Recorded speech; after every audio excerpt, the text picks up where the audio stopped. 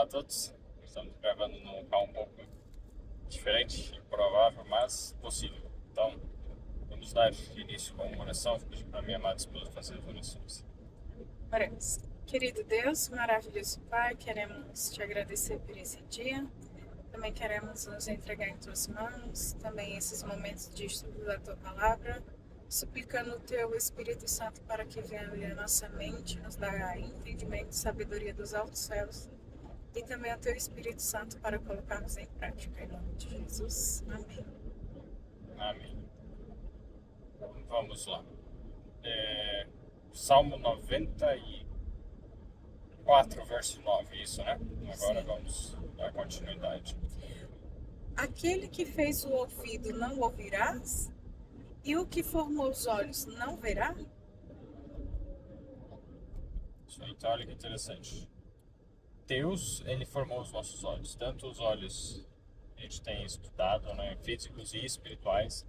O significado dos olhos é um significado simbólico, né, que significa a parte da razão, juízo, discernimento de certo e errado, o que a gente julga, interpreta sobre as coisas.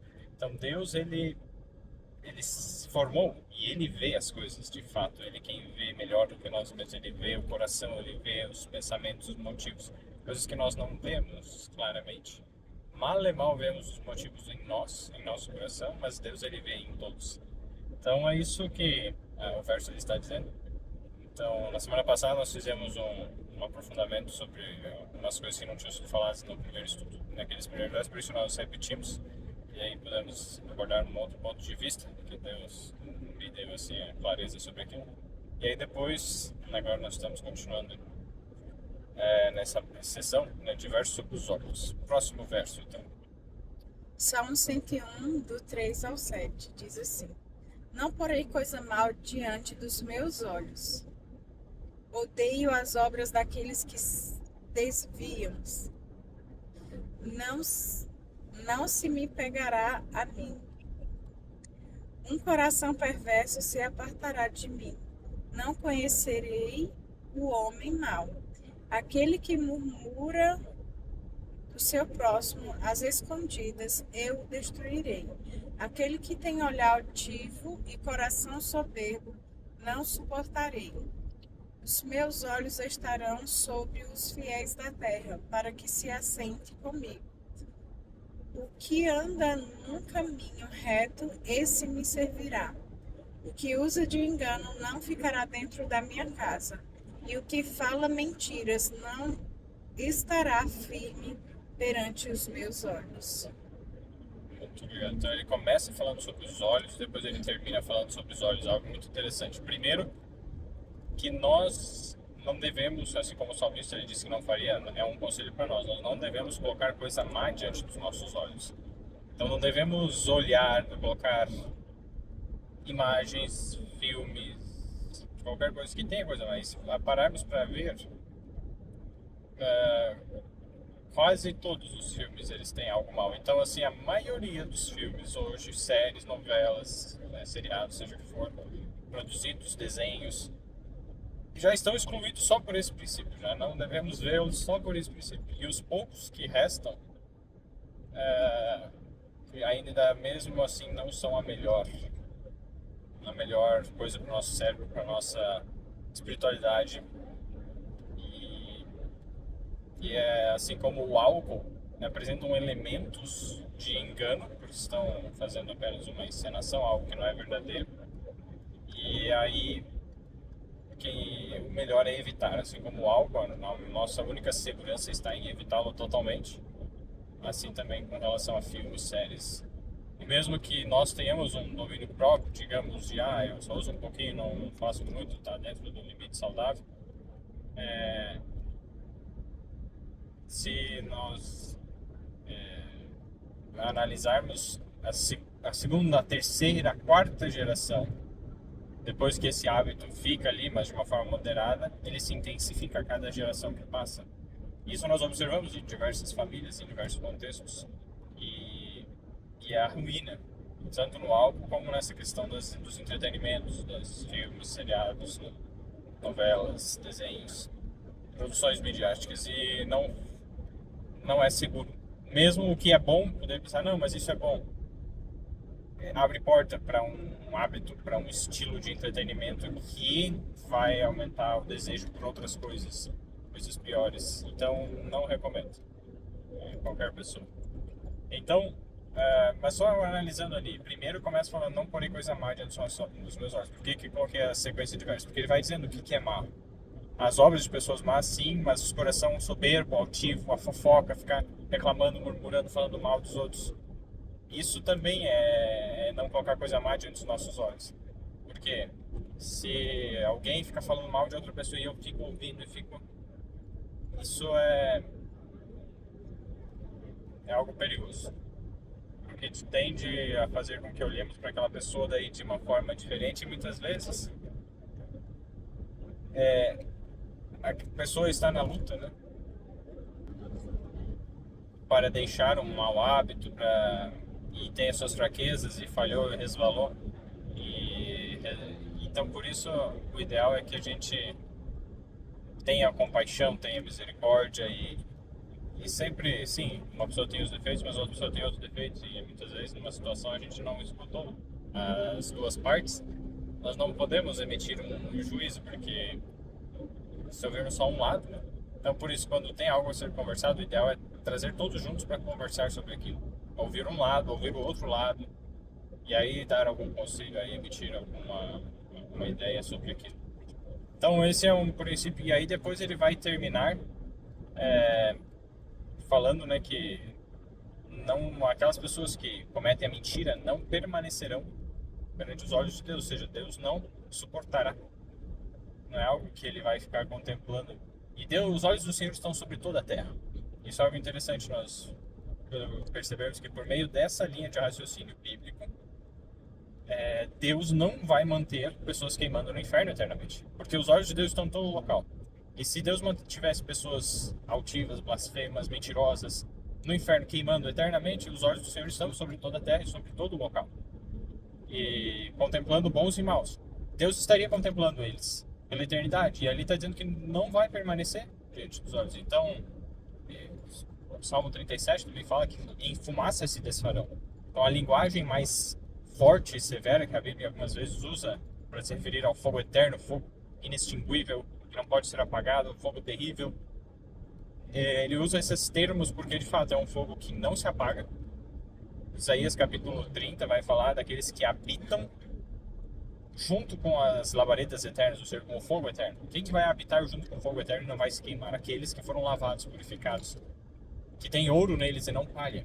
Porque o ouro sobrevive ao calor, à chama e é purificado, mas a palha se queima e vira cinza.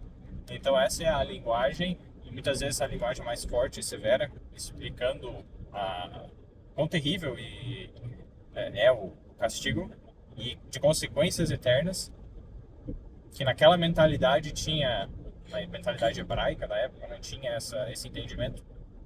Acabou sendo distorcido ao longo das eras e tendo uma interpretação diferente do que Deus de fato falou, porque a gente consegue perceber isso mesmo não tendo, vivendo naquela época e não tendo a mesma mente que eles tinham, comparando outros textos que falam sobre o mesmo assunto e explicam melhor.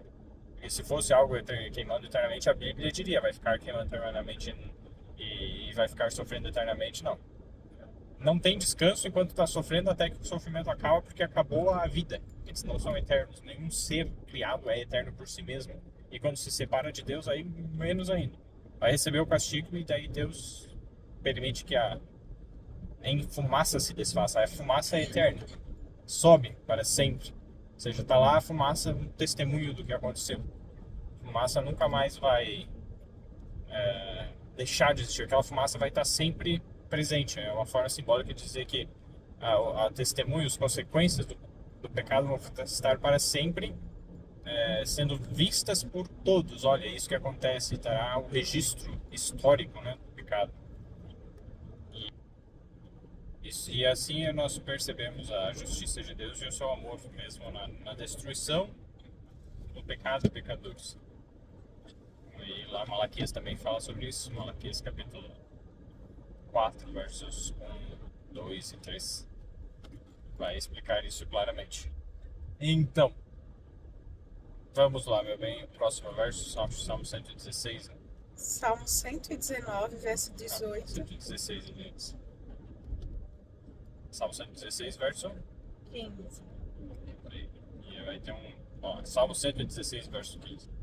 Diz: Preciosa é a vista do Senhor a morte dos seus santos. Então, aos olhos do Senhor, essa é a expressão no original, precioso é aos olhos do Senhor a morte dos seus santos. Que interessante isso. Quando um justo morre, Deus ele não fica triste com isso, pelo contrário. A sua salvação está selada, está confirmada. Que ele vai ressuscitar essa pessoa no último dia, né? No dia da volta dele. Então, agora o Salmo tem um ali em cima, 72. Em comparação, tem uma setinha ali, ó. Dá uma olhada. Sim. 72, verso 14. 14. Vamos ver o que tem em comparação ali com o Salmo 72, 14, com relação a esse. O pessoal é a morte dos seus santos à sua vista. Nossos olhos. Os olhos do Senhor. Libertará as suas almas do engano e da violência. É precioso será o sangue aos seus olhos. Então, novamente, Deus ele liberta e o sangue de pessoas justas foi derramado por amor a Jesus, ele é precioso. Dá testemunho do verdadeiro caráter de Deus e dos testemunhos de Deus, daqueles que servem a Jesus.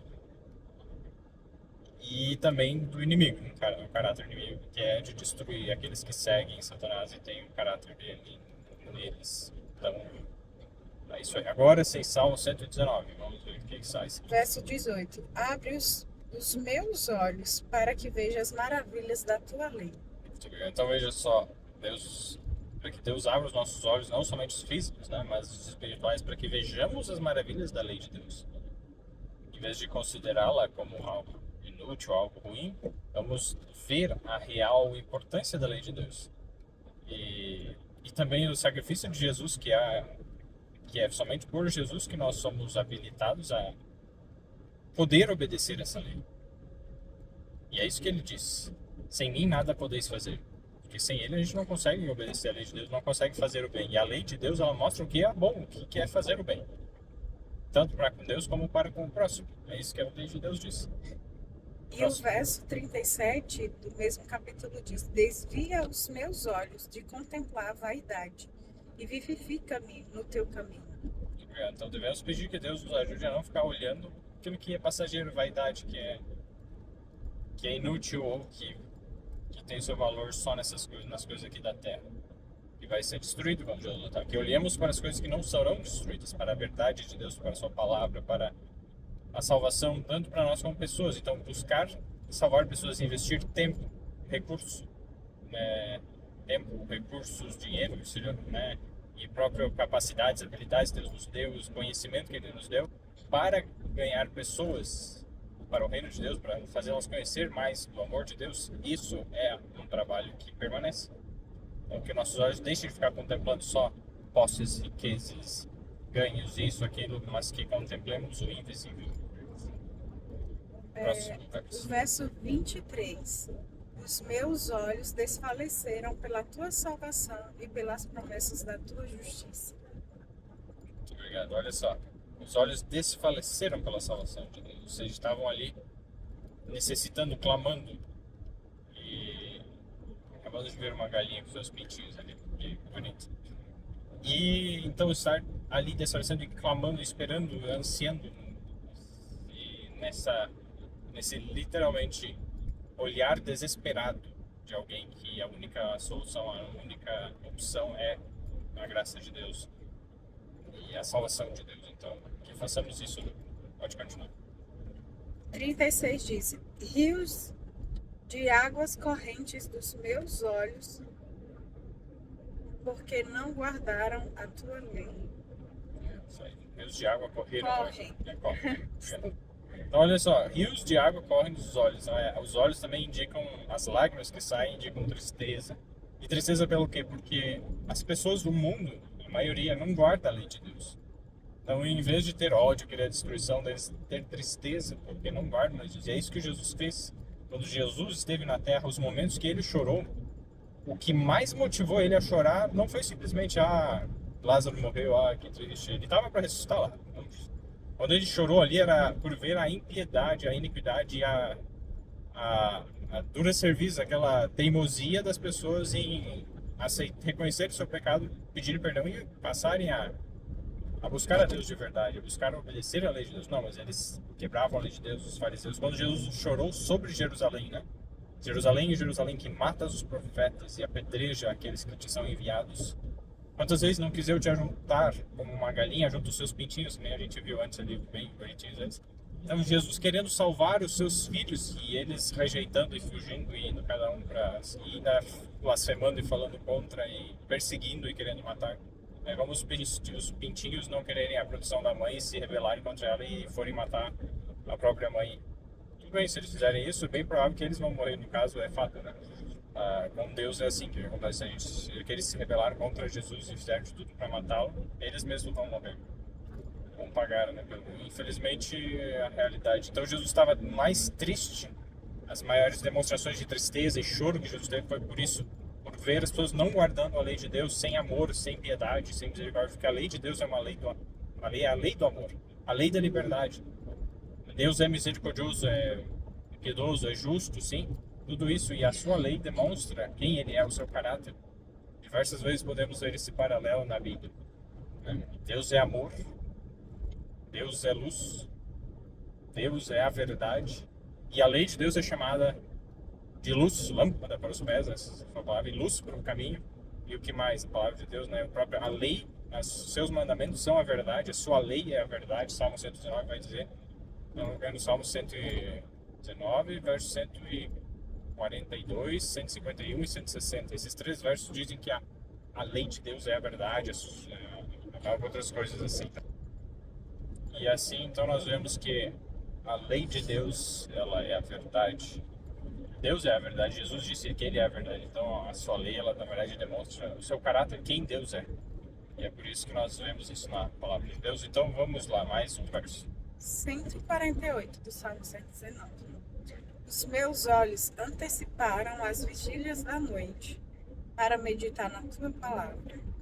Muito obrigado. Veja só que interessante. Então, é como se os olhos acordaram antes do tempo, anteciparam as vigílias da noite para meditar. Então, quando acordamos de noite, não temos mais sono, caso alguém aqui já teve, queria dormir. É bom dormir, mas estava ali querendo ir, não tem o sono. Vai meditar na palavra de Deus, medita na verdade de Deus, na sua lei. E ore, em vez de ficar indignado, ficar pensando, eu queria dormir mais e tal. Não, vai estudar. E daí, se vier o sono depois, deita e dorme. Mas aproveita o tempo das vigílias da noite para... E o próprio salmista disse que isso aconteceu com ele. Ele ia meditar na palavra de Deus. Os testemunhos de Deus na sua lei. Então, próximo verso.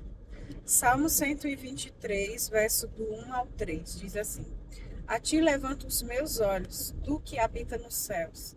Assim como os olhos dos servos atentam para as mãos dos seus senhores, e os olhos da serva para as mãos da sua senhora, assim os nossos olhos atentam para o Senhor nosso Deus, até que tenha